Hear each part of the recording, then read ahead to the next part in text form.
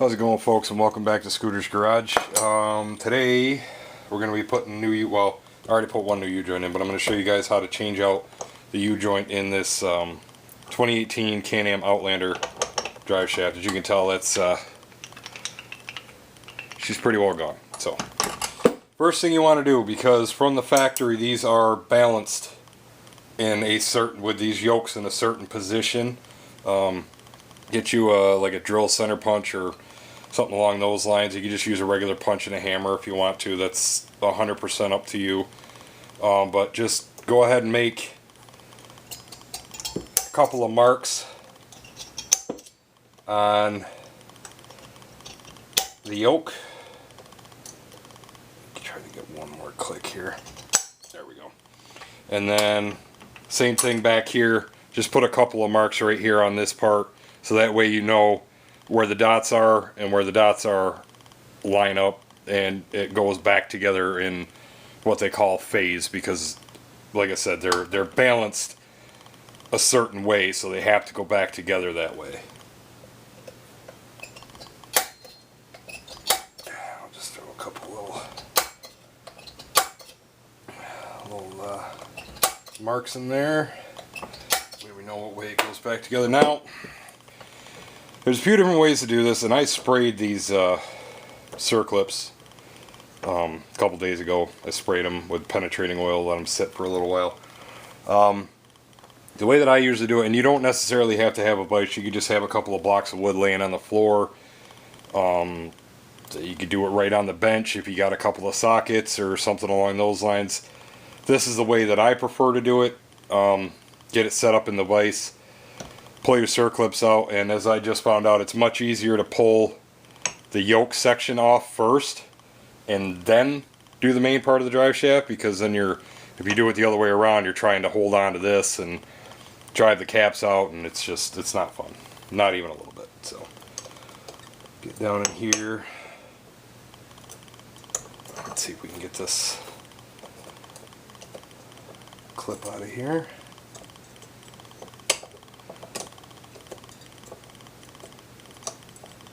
One thing, you know, don't let your U-joints get this bad, because once they get to this point, it'll start causing damage to the differential and the pinion bearing and stuff like that. So just keep an eye on it. Keep them well greased if they have grease fittings, which they should. Don't let it, you know, if they're starting to get a little wonky, they're starting to make a little noise, just replace them, or take it to somebody and have them replace if you're not comfortable doing this by yourself. And that can happen. Sometimes those little things will just, you know, they get stuck in there a little bit. You grab them with a pair of pliers and pew, right to the other side of the garage, never to be seen again. Alright, flip that over, try to get this one out. See if we can do it without sending it flying. Ooh, I guess I should have sprayed these and let them sit a little longer. I think we're going to have to do this one the same way. Sometimes you got to get a screwdriver under there and give it a little help. They don't always want to come out, and the longer they've been in there, the harder it is to get these out. So there we go. There, that one didn't go flying. Throw that in there. All right, we'll do the other side once we get to tearing that side apart. Next thing. I mean, this hammer's definitely overkill for doing something along these lines, but my other one's at my workshop, my daily job shop, so this is what we're working with. But do not hit it right here, because what'll happen is, if this is a little too stuck and you whack it right there, it'll bend this ear down, and when you go to put it back together, it won't go back together right, or it'll bind up because the ears are bent too close to each other, and it's putting too much pressure on the bottom of the U-joint, or the body of the U-joint, sorry. So you want to hit it right here, right on this section, so that way it's kind of it's deferring the pressure through the whole thing, as opposed to just whacking it right on the ear and bending it.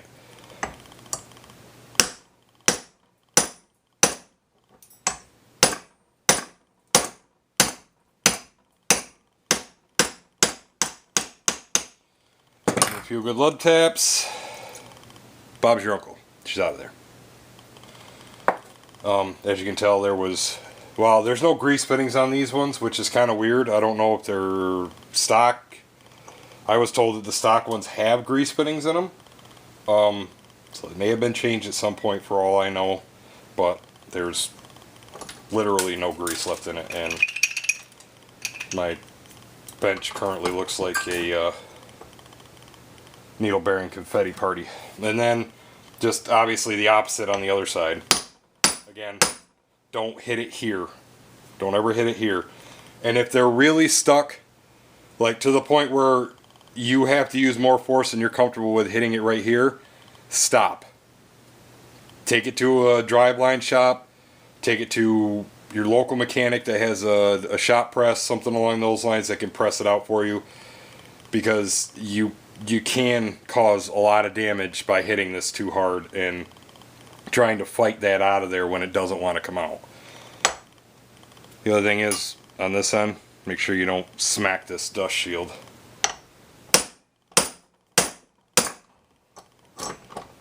I'm sure somebody's going to say, oh, you know, there's better ways of doing that. There probably is. This is just the way that I've always done it.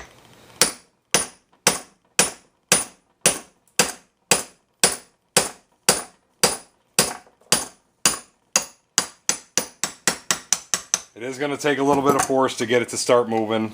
You know, don't be scared. Just don't go, you know, He-Man on it and smack it so hard that you end up bending something. There's no, well, that one actually still had some grease left in it.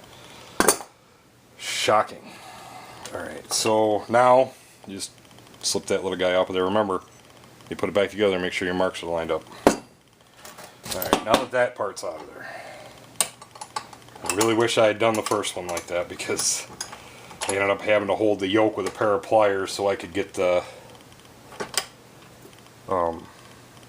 U-joint caps out of it. Grab our trusty snap ring pliers here. Ooh, these ones are going to come right out. Look at that. Nice. That one's out. Flip it over. Pull this one out of here. So, I'm going to drop it on the floor because that's a good place for it. I'm sure I'll trip over it. Well, I doubt I'll trip over it, but slide on it and it'll end up making me angry. Same story. When you're doing this, back here, not here. Just put your put the ears of the U-joint into the vise like that, and then let the drive shaft slide down through the middle. Oop.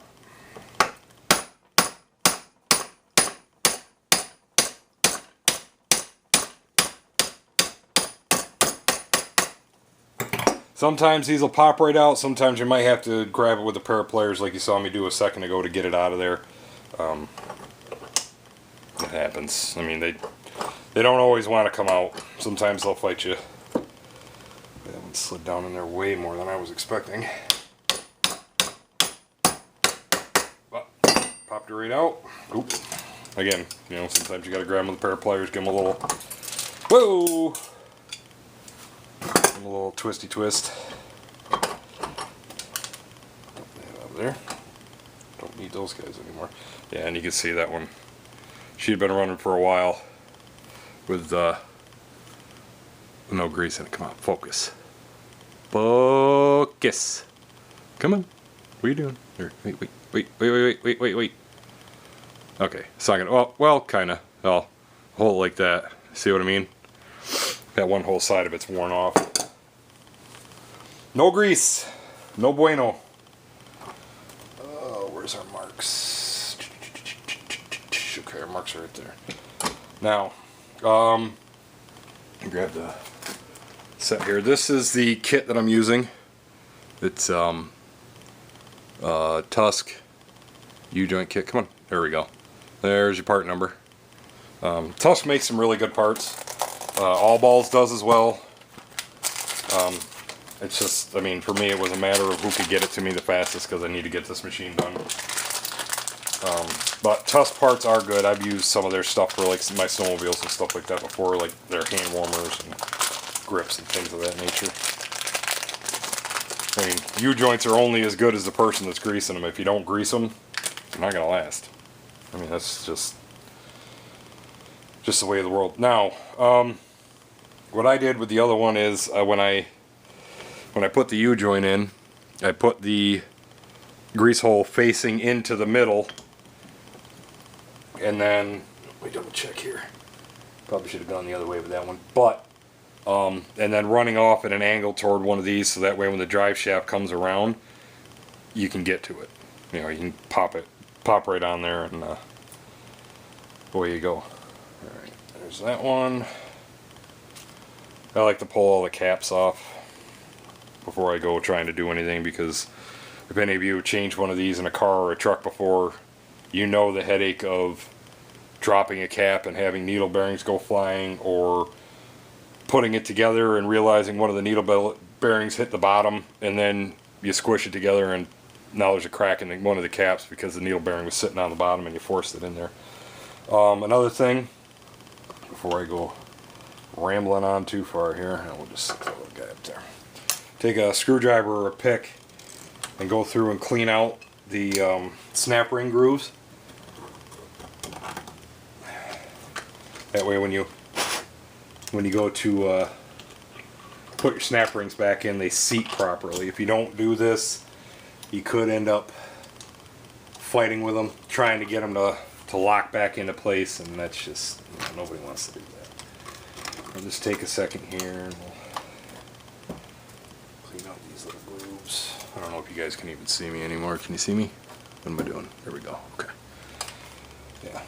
Get in there and just kind of scrape out all the gunk and dirt and whatever else might be in there from however long they've been in the machine. You can hit it with some brake cleaner too if you want to, or compressed air. There's really no wrong way to do it as long as you do it. Okay, so for my next trick, we're going to put that in there, and there. Take one of our caps. This is where having a vise really comes in handy. It can make your life a lot easier. Just because you don't have to try to hold this and smack that at the same time. So I can just open up the vise here. Oh, a little plugged up today. And then just run your vise back in and give her a squeeze. They might fight you a little bit at first because the new caps might be just slightly bigger, or you might have some rust in there, or you know, something to that effect. The first little bit is usually the hardest part, and they typically slide right together without much of a problem. Make sure you balance the U-joint between the caps when you go to do this, so that way none of the needle bearings can fall out.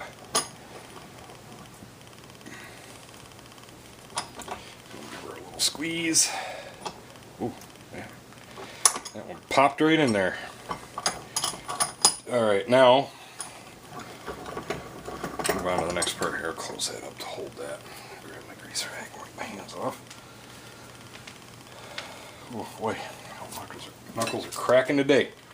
Okay, now remember, you made marks for a reason. You got 2 marks here. 1, 2. And then 2 marks on the yoke. You guys might not really be able to see. There's one there and one there. Make sure they're lined up. That's why you did that. You know, you don't want to put this thing together and have it either A, vibrate like crazy because it's not balanced anymore, or B, end up wiping out a U-joint or something because it's not balanced properly anymore, or it's out of phase, or however you want to say it. Everybody's got a different term for it. Oop. You guys almost let me forget that I needed to clean these out. That's why you get that crap built up in there, and then you're, come on, focus. Almost had it. Alright, well, anyway, you can probably tell there's dirt in there.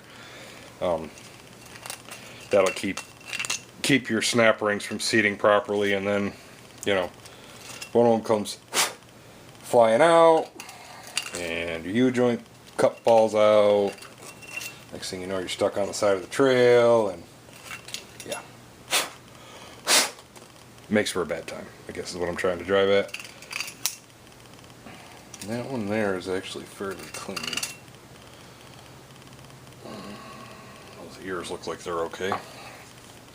I definitely think somebody's been in here before.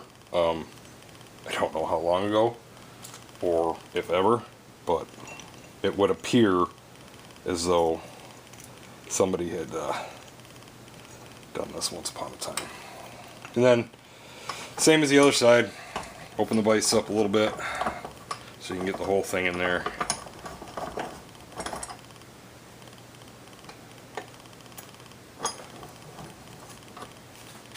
Make sure you got everything lined up properly.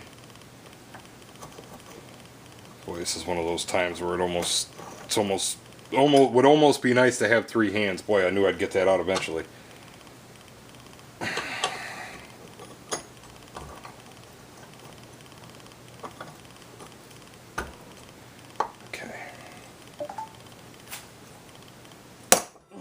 Ooh, boy, that one fought going in there.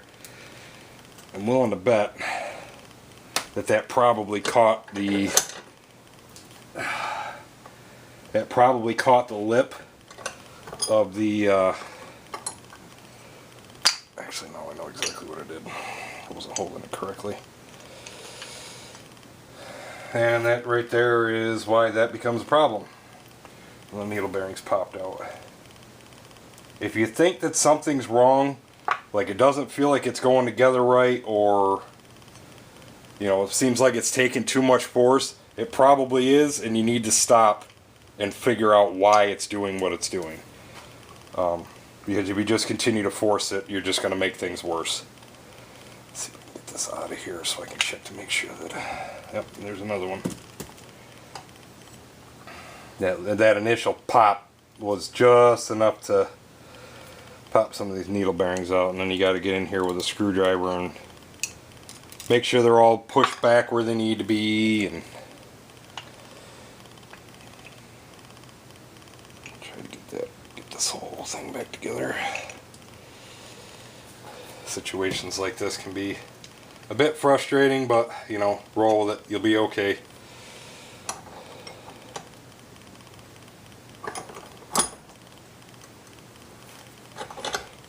There we go. I think what happened there was the cap got caught on the snap ring groove. And alright folks, I apologize for that. Apparently at some point when I was putting this back together, my camera shut off on its own, and unfortunately I didn't realize it until I was already done putting it back together. But as you can see where the video ended off, I was pressing the last couple of U-joint caps in with the vise here.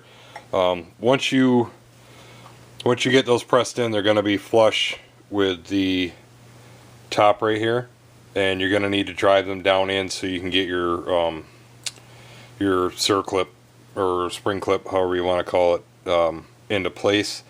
What I use to drive it in is a 5/8 impact socket.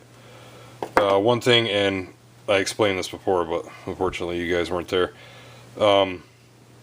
When you go to drive these in, make sure that you've got a socket that rides on this outer lip right here. Because if you use something too small, something that sits in the middle here, it will crack this or potentially blow it out and drive it right into the inside of the cap, and then that's a whole lot of headaches you don't really want to deal with. So just make sure you've got one that goes around this outer lip right here. Once you get it driven down, put your clips back in.